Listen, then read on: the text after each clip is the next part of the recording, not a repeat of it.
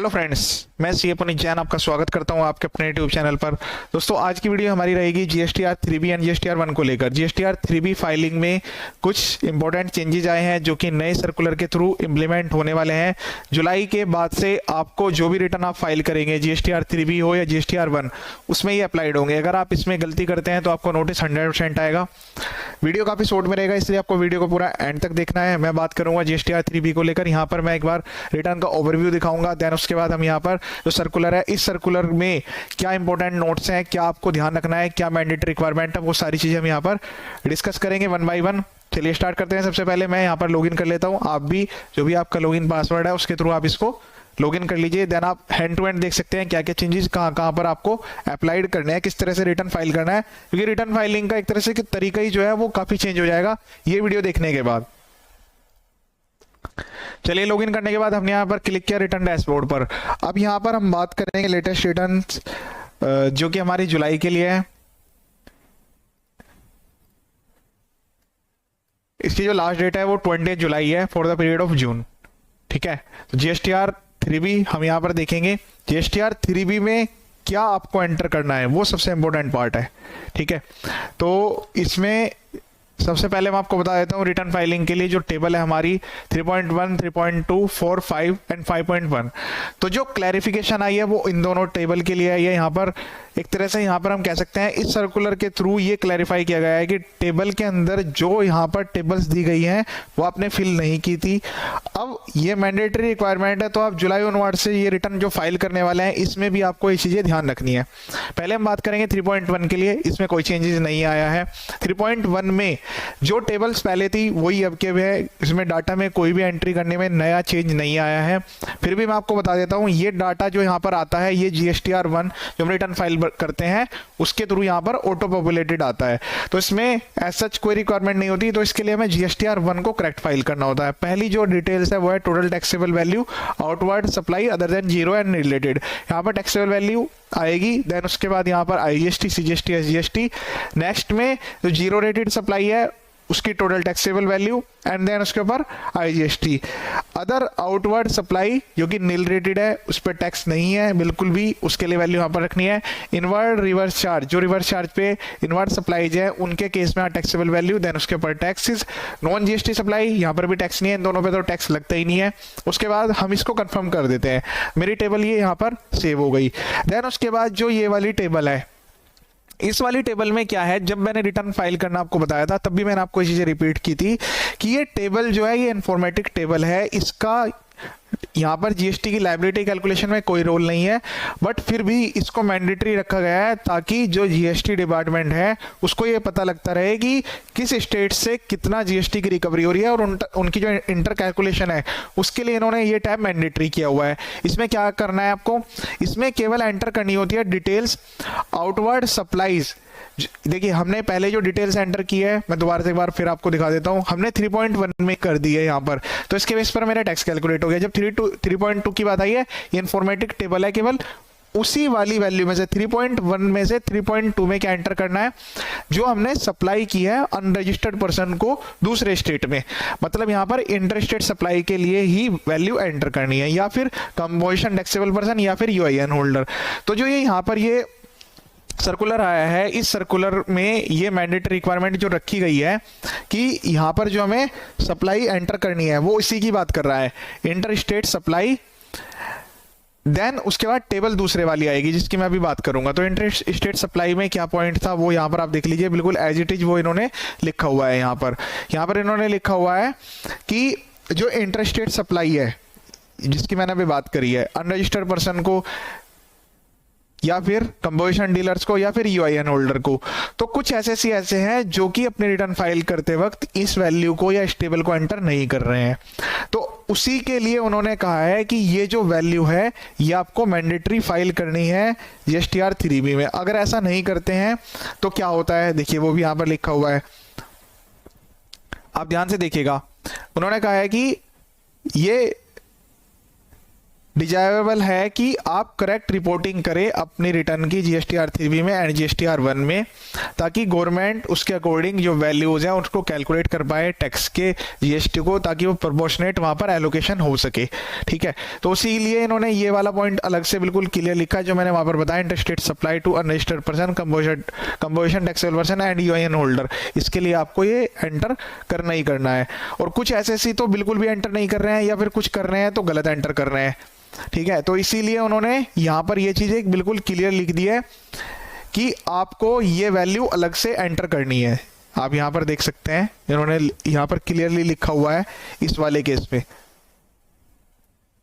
जो हम 3.1 में जो वैल्यूज देते हैं उसी के अकॉर्डिंग हमें 3.2 में भी वैल्यूज एंटर करनी है। 3.2 में जो वैल्यू डालनी है वो टोटल वैल्यू वाइज डालनी है, जैसे प्लेस ऑफ सप्लाई का टोटल किसी भी एक पर्टिकुलर स्टेट के रिगार्डिंग है, वो इन्होंने यहाँ पर लिखा है। क्योंकि जब हम यहाँ पर 3.1 में वैल्यू एंटर करते हैं तो केवल स्टेट वाइज डालनी होती है, हमें यहाँ पर इनवॉइस वाइज वैल्यू नहीं डालनी होती, चाहे इसके केस में हो या कंपोजिशन डीलर को सेल कर रहे हो या फिर यूआईएन होल्डर्स हो, उनके केस में भी सेम यहाँ पर अप्लाइड रहता है। तो ये यहाँ पर इन्होंने केवल इस पॉइंट को दोबारा से क्लैरिफाई करने के लिए कहा है कि जब आप रिटर्न फाइल कर रहे हो तो जीएसटीआर 1 में इस चीज का आपको ध्यान रखना है।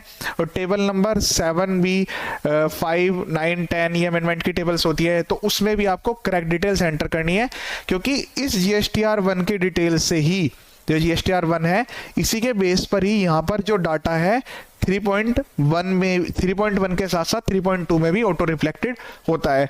बट अगर आपने वहां पर गलत इन्फॉर्मेशन दे दी है तो यहाँ पर वो ऑटो रिफ्लेक्ट नहीं होगा। तो इन्होंने कहा है कि जीएसटीआर 1 भी आप करेक्टली फाइल करें। हालांकि जीएसटीआर 1 के लिए इस वाले सर्कुलर में ज्यादा कोई इंपॉर्टेंट पॉइंट नहीं आया, बट फिर भी इन्होंने दोबारा से कंफर्म कहा है कि जीएसटीआर 1 आप सही भरेंगे तभी आपकी जीएसटीआर 3 भी सही भरी जाएगी। नेक्स्ट पॉइंट आता है जो आईटीसी को लेकर है, जो टेबल नंबर 4 है। टेबल नंबर 4 में आपको दिखा देता हूं।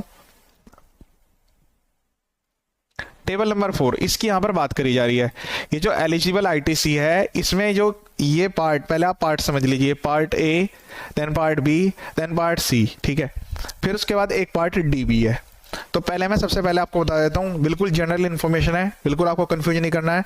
जब रिटर्न फाइल करते हैं तभी मैंने आपको बताया था ये जो डाटा है यहाँ पर इन वाले फील्ड्स के अंदर में जो डाटा आता है, यहाँ तक जो डाटा है मेरा पार्ट ए में, ये मेरा ऑटो रिफ्लेक्ट होता है। ऑटो रिफ्लेक्ट मतलब जो जिस वेंडर से हम ये सामान लेते हैं या फिर जैसे हमने अगर इंपोर्ट किया है सर्विस का गुड्स का, तो वो डिटेल्स अपलोड करते हैं और उसके बेस पे यहाँ पर डाटा आता है, मेरा इनपुट यहाँ पर मुझे दिखाई देता है।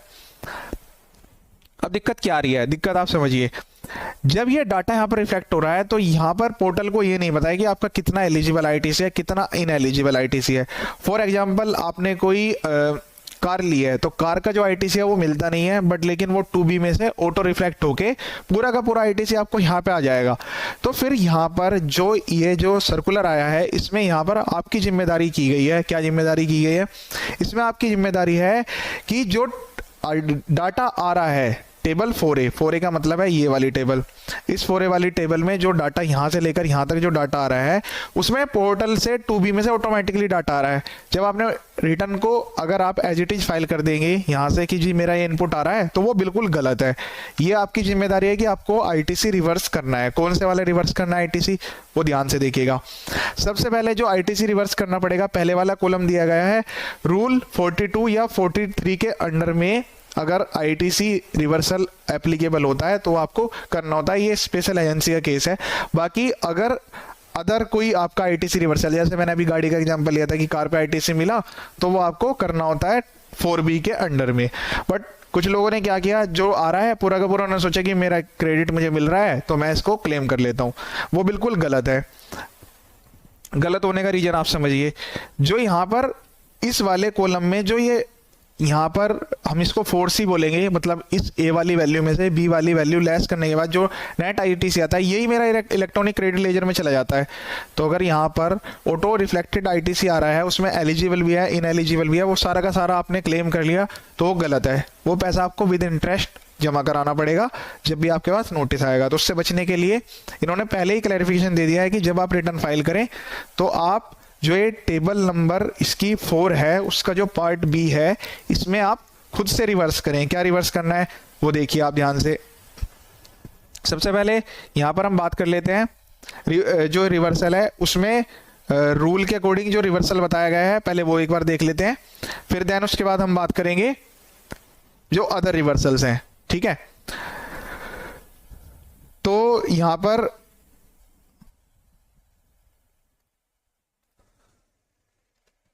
तो जो इसका पार्ट ए है उसमें हमारा टोटल आईटीसी ऑटो रिफ्लेक्टेड होता है। ऑटो रिफ्लेक्शन में क्या होता है कि जो हमारा इन एलिजिबल आईटीसी है जिसका टाइम पीरियड जा चुका है, मतलब सितंबर तक आप क्लेम कर सकते हैं उसको अगर आपके वेंडर ने लेट रिटर्न फाइल करी है। सबसेक्शन जो उसका सेक्शन है 4, सेक्शन 16 का सबसेक्शन 4, उसमें ऐसा लिखा हुआ है, या फिर recipient of an interstate supply located in different states, उस केस में यहाँ पर इन्होंने फैसिलिटी अवेलेबल करी है। यहाँ पर क्या है कि जो आईटीसी है वो इनएलिजिबल और एलिजिबल दोनों आ रहा है, बट जो टेबल नंबर अब हम बात करें इसकी 4B वाले पार्ट में, तो जो रिवर्सल की बात करी है, जैसे मैंने आपको बताया था रिवर्सल रूल 42 के अगेंस्ट में reversal of input and input services on account of supply of exempted goods और सर्विसेज। एग्जेम्प्टेड गुड्स और सर्विसेज के केस में जो हमें रिवर्सल करना होता है इनपुट या इनपुट सर्विस का, वो रूल 42 के अकॉर्डिंग हो गया। 43 में reversal on capital goods on account of supply of exempted goods और सर्विसेज। तो रूल 42 एंड 43 के अगेंस्ट में अगर मुझे रिवर्सल करना है तो मैं यहाँ पर उसको रिवर्सल कर लूंगा। उसके अलावा जो अदर इनएलिजिबल आइटम्स हैं वो मैं अदर्स में डाल के रिवर्स करूंगा। एक चीज फिर मैं दोबारा से यहाँ पर रिपीट कर देता हूँ, जब मैं टेबल सी की बात करूंगा तो इससे ऊपर के जो वैल्यू है ये वाले और ये वाले दिस माइनस दिस करके वैल्यू आ रही है, केवल इनका ही मुझे क्रेडिट मिलता है। नीचे जो वैल्यू है इसका यहाँ पर इलेक्ट्रॉनिक क्रेडिट लेजर में कोई रोल नहीं है, मतलब इसके केस के बेस पे अगर हम यहाँ पर वैल्यू डालेंगे, पहली बात तो इस वाले में तो वैल्यू डालने की जरूरत नहीं पड़ती है, अदर्स में हमें डालनी होती है वैल्यू। वैल्यू कौन से वाली डालनी होती है वो भी मैं अभी आपको बताने वाला हूँ, वो केवल इंफॉर्मेटिव पर्पस से डालनी होती है। मतलब आप इनएलिजिबल आईटीसी वाले कॉलम में रिवर्सल नहीं कर सकते, रिवर्सल आपको इसी के अंडर में करना पड़ेगा। अदर्स का जो कॉलम है बाकी सारा उसके अंडर में आपको रिवर्सल करना ही करना है। तो इसमें इन्होंने यही पॉइंट लिखा है, क्या पॉइंट लिखा है कि जी जो रूल के अकॉर्डिंग यहाँ पर रिवर्सल है वो आपने कर दिए। उसके अलावा जो रिपोर्ट अलग से इनएलिजिबल आईटीसी की जो रिपोर्टिंग है 17(5) में वो आपको करनी है इसके पार्ट 1 में, टेबल 4B पार्ट 1 में। देन उसके बाद registered person will report reversal of ITC which are not in permanent in nature can be reclaimed in future subject to the fulfillment of specific condition such as on account of rule 37 non payment of consideration to supplier within 180 days. तो कभी कभी इस case में ऐसा भी होता है कि आपके जो वेंडर है उसने जो है टाइमली पेमेंट नहीं करा, मतलब आपने उसको टाइमली पेमेंट नहीं करा 180 डेज के अंदर, तो फिर आईटीसी आपको रिवर्स करना होता है। तो ये कह रहे हैं कि यहाँ पर आप उसको क्लेम करें, पहले उसको रिवर्स कर दें, बाद में फिर जब आप को ये क्लेम करना है तो इस वाले कॉलम में ऑल अदर आईटीसी वाले में आप इसको क्लेम कर सकते हैं। यहाँ तक की बात इसमें इन्होंने लिखी हुई है। देन उसके बाद कहा है कि जो इसका पार्ट 2 है, उसके अलावा जो ये पार्ट 2 है वो हम क्लेम कर सकते हैं 5A में, बट जो इसके अलावा जो हमें रिक्लेम करना है, मतलब जो रिक्लेम वाला आईटीसी है मेरा, जो मुझे पहले यहाँ पर मैंने रिवर्स किया था इस कॉलम में, अब मैंने यहाँ पर उसको रिक्लेम कर लिया, ठीक है। देन उसके बाद इसको हमें दोबारा से अलग से हमें शो करना पड़ेगा।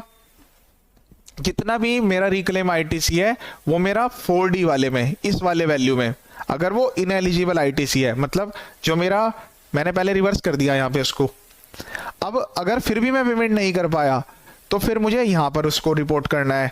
बट उसके अलावा अगर मैं इसको पेमेंट कर देता हूँ तो मैं उसको क्रेडिट क्लेम कर सकता हूँ, मेरा फिर से एलिजिबल आईटीसी बन जाएगा, फिर मुझे यहाँ पर लेके उसको क्लेम करना है। मतलब इन एलिजिबल आईटीसी में मुझे वैल्यू दिखानी पड़ेगी, जो मैं यहाँ पर रिवर्स कर रहा हूँ उसको मुझे नीचे दिखाना भी है। ये नीचे की जो टेबल है डी के बाद की, ये केवल इंफॉर्मेटिव पर्पज की है और डिपार्टमेंट कह रहा है कि आप हमें इन्फॉर्मेशन दीजिए। अगर आप ऐसा नहीं करते हैं तो रिटर्न जो है वो गलत फाइल मानी जाएगी, इस चीज़ का आपको ध्यान रखना है। ये वाला लिखा हुआ है ना, देखिए यहाँ पर इन्होंने क्लियर लिख दिया कि आपको यहाँ पर बताना है। उसके अलावा ये जो टेबल 4B2 वो जो मैंने बताया था रिवर्स करने के लिए, अदर आईटीसी को रिवर्स करने के लिए आप यूज कर सकते हैं। अब जो नेट इलेक्ट्रॉनिक क्रेडिट लेजर में आपका आईटीसी जाएगा वो यही वाला जाएगा, इन दोनों को जोड़ करते हुए 4A में से ये वाले दोनों लेस करके ये मेरा इलेक्ट्रॉनिक क्रेडिट लेजर में रिफ्लेक्ट होगा। As the details of ineligible IT under section 75 are been provided in table number 4B, no, उसके अलावा जो ineligible ITC है वो हमें दोबारा से प्रोवाइड करने की जरूरत नहीं है 4D1 के अंडर में। जैसा मैंने आपको बताया कि एक बार मैंने रिपोर्ट कर दिया, फिर मुझे दोबारा से इस वाले कॉलम में तो रिपोर्ट नहीं करना है, बट मेरा अगर वो रिक्लेम नहीं हुआ और मेरा वो एलिजिबल है ही नहीं, फिर मुझे अदर्स में उसको रिपोर्ट करना पड़ेगा, ठीक है। फिर उसके बाद क्या कह रहा है, IDC not available on account of limitation of period, जो कि 180 डेज वाला सिस्टम है कि 180 डेज में आपने वेंडर को पेमेंट नहीं की इसलिए आपको रिवर्स करना पड़ रहा है। तो उसी के रिगार्डिंग यहाँ पर सबसेक्शन 4 के अंडर में आपने रिवर्सल कर दिया। या फिर जहाँ पे रिसिपिटेंट जो है वो एक इंटरस्टेट सप्लाई जो कि किसी दूसरे स्टेट में लोकेटेड है, जहाँ तक है रेंटेड प्रॉपर्टी के केस में ये अप्लाइड होते हैं रूल्स कि आपने अगर दूसरे स्टेट में बिलिंग्स करी है तो उस केस में क्या होता है कि इनपुट आप क्लेम नहीं कर सकते क्योंकि उस पर सीजीएसटी एसजीएसटी लगता है। तो उस केस में यहाँ पर इन्होंने बताया वो इनएलिजिबल आईटीसी कैटेगरी में आपका चला जाता है। तो वो जो डिटेल्स है वो अवेलेबल है in the table 4 of form GSTR 2B। तो इन्होंने ये चीज़ भी क्लियर करी है, ये तो अलग से दिखता ही है, वो तो उसमें कोई दिक्कत वाली बात नहीं है। तो यहाँ पर इन्होंने बिल्कुल क्लैरिफाई कर दिया है, अच्छे से इसको क्लैरिफाई कर दिया है। क्या क्लैरिफाई करा है कि जो इनएलिजिबल आईटीसी वाला है सेक्शन 17 सब सेक्शन 5 या under any provision of the CGST act, उसके अंडर में आपको टेबल 4B के अंडर में ही रिवर्सल डालना है। एंड जो 4D है, ये वाली जो टेबल है ये वाली, इसका रिवर्सल के केस में कोई यूज नहीं है, मतलब ये इंफॉर्मेटिव वाली है, इसमें इंफॉर्मेशन देना जरूरी है। फिर इन्होंने नीचे क्या है इसको एक एग्जांपल के थ्रू भी यहाँ पर बताया है, बिल्कुल सिंपल से इन्होंने एक एग्जांपल लिया है, आप आराम से देख सकते हैं। मैं आपको एक बार बता देता हूँ इसमें क्या है। इसमें इन्होंने एग्जाम्पल में बिल्कुल वही टेबल लिए हैं जैसे हमारे यहाँ पर टेबल है, इस तरह की ये टेबल इन्होंने दिखाई है कि अलग अलग मेरा आईटीसी था ये वाला, इस तरह की टेबल्स में इन्होंने आईटीसी क्लेम करा है, इंपोर्ट ऑफ गुड्स का, सर्विस का, फिर ये आरसीएम वाला आ गया, ये 50,000 वाला जो है वो इनवर्ड सप्लाई फ्रॉम आईएसडी हो गया, और ये आईटीसी ऑन अदर सप्लाईज। अब इसके केस में इन्होंने 5 अलग अलग नोट्स बना दिए। नोट्स में पहले में क्या लिखा है कि जो इनवर्ड सप्लाई है रो नंबर 5 में, इसमें से इस कंपनी का जो आईटीसी है वो बैड हो गया, टाइम बैड हो गया है 50,000 रुपए का आईजीएसटी, ठीक है, तो हमें ये वाला रिवर्स करना है। सेकंड में रूल 42 और 43 के कारण ये हमें रिवर्सल करना है 75,500 आईजीएसटी, 52,000 सीजीएसटी एंड 52,000 एसजीएसटी का। देन इसके बाद एक इन्होंने नोट नंबर 3 लिया है कि जो इनवॉइस है वो रिसीव नहीं हुआ था अप्रैल में, और वो इनवर्ड सप्लाई जो है ऑटो पॉपुलेटेड नहीं हुई थी आईजीएसटी वाली, तो जिस महीने में ऑटो पॉपुलेटेड होगी तब वो क्लेम होगा।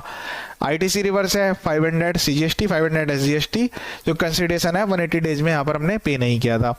देन उसके अलावा एक ऐसा 10,000 रुपये का आईटीसी सेंट्रल टैक्स, इसी तरह से state tax, ineligible on account of limitation of period subsection 4 के अगेंस्ट में, जो मैंने आपको बताया कि वो जो टाइम पीरियड है वो उसका बैड हो गया, अब उसको आप क्लेम नहीं कर सकते, मतलब पूरे साल का आईटीसी आप नेक्स्ट ईयर के सितंबर तक उसको क्लेम कर सकते थे, तो वो जो सितंबर वाला पीरियड है वो भी आपका खत्म हो गया है। फॉर एग्जांपल मैं यहाँ पर लिख देता हूँ इसको समझाने के लिए, फाइनेंशियल ईयर आपका 21-22 का जो आईटीसी है पूरा का पूरा वो आप क्लेम कर सकते हैं 30 सितंबर 2022 इस रिटर्न तक, तो ये वाला पीरियड भी इसका क्रॉस कर गया है, इसके लिए इन्होंने यहां पर लिखा हुआ है। तो अब इन्होंने इसको कहा है कि हमें किस तरह से इसको क्लेम करना है, जो ऊपर वाला एग्जांपल है उसी का इन्होंने यहां पर बताया है। तो ये वाला बिल्कुल करेक्ट है, पहले भी ऐसे था, ये भी अभी हमने सही लिया हुआ है, ये भी हमारा सही है, ये वाले डिटेल्स आ गए, फिर उसके बाद ये डिटेल्स आ गई। अब यहाँ पर इन्होंने नीचे दिखा दिया कि रिवर्सल हमें किस तरह से लेना है।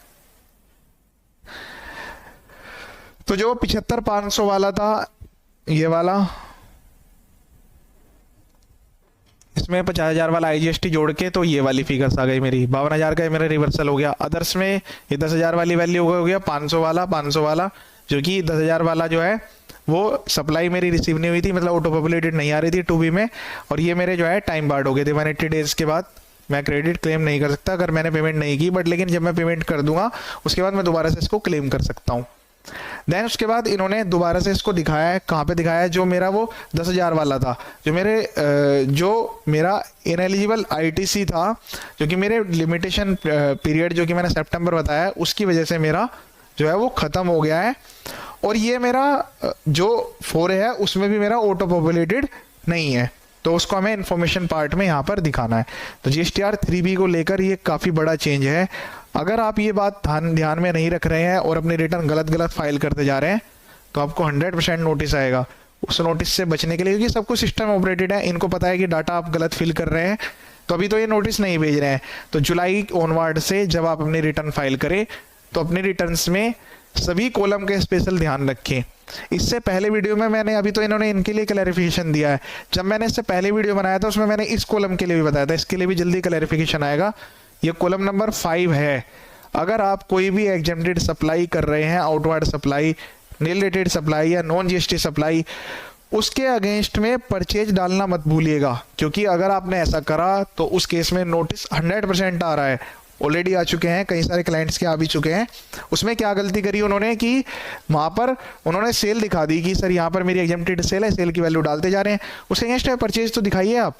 इंटरेस्ट रेट सप्लाई है तो इंटरेस्ट रेट, इंटरेस्ट रेट है तो इंटरेस्ट रेट, टैक्स की वैल्यू नहीं डालनी है, केवल इन्फॉर्मेशन पर्पज से टैक्सेबल अमाउंट देनी है कि आपने 100 रुपये का सामान है क्योंकि आपने टैक्स फ्री लिया है और आप उसको 110 का बेच रहे हैं, तो 110 तो मेरे सेल की वैल्यू में आ गया, 100 रुपये मुझे यहाँ पर परचेज में दिखाने जरूरी है।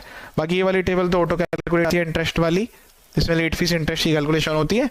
और मेरी ये कंप्लीट मेरी 3 भी तैयार हो जाती है इस तरह से। बाकी मैं इसे पर क्लिक करके प्रोसीड टू पेमेंट पर क्लिक करूंगा, देन उसके बाद मेरी एडजस्टमेंट आएगी। यहाँ पर जो भी मेरे क्रेडिट्स हैं उनकी एडजस्टमेंट यहाँ पर ऑटोमेटिकली आती है।